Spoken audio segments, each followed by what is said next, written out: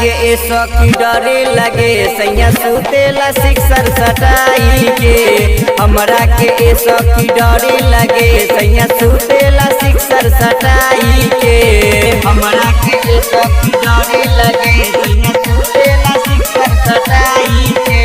Music director Gajanan Singh.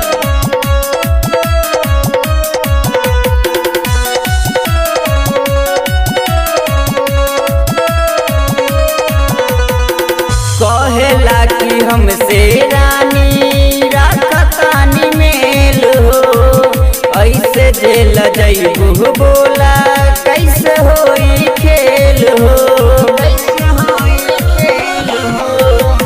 कहेला कि हमसे रानी राखतानी मेल हो, ऐसे जेल जैबू बोला कैसे होई खेल हो। चुम्मा रतिया के सैया हमरा के चौदर ओढ़ाई के। ले बेला चुम्मा रतिया के सैया हमरा के चौदर ओढ़ाई के।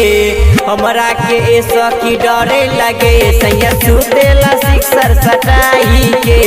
हमरा के ए सखी डरे लगे सैया सुतेला सिक्सर सटाई के। हमरा के ए सखी डरे लगे सैया सुतेला सिक्सर सटाई के। Music director Gajanan Singh.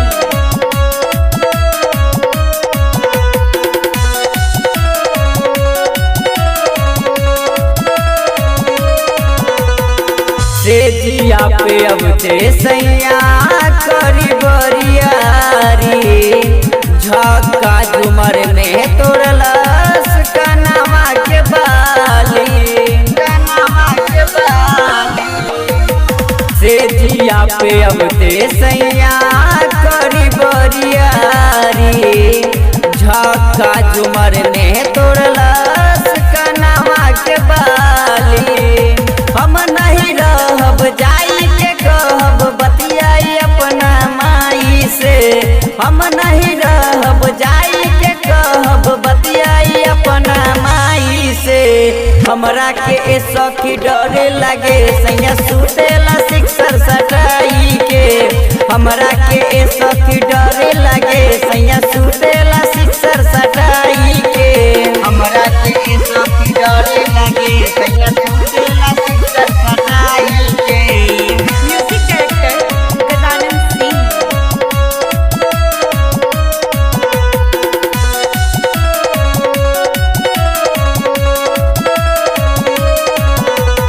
पर शांत सैया हमसे रखतानी दूरी।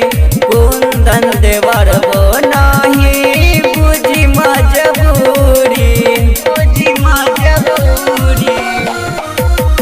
पर शांत सैया हमसे रखतानी दूरी। दीपक देवर वो नहीं बुझी मजबूरी। ऐसन मरद से पर गइल पाला भेंट भइल बा कसाई से।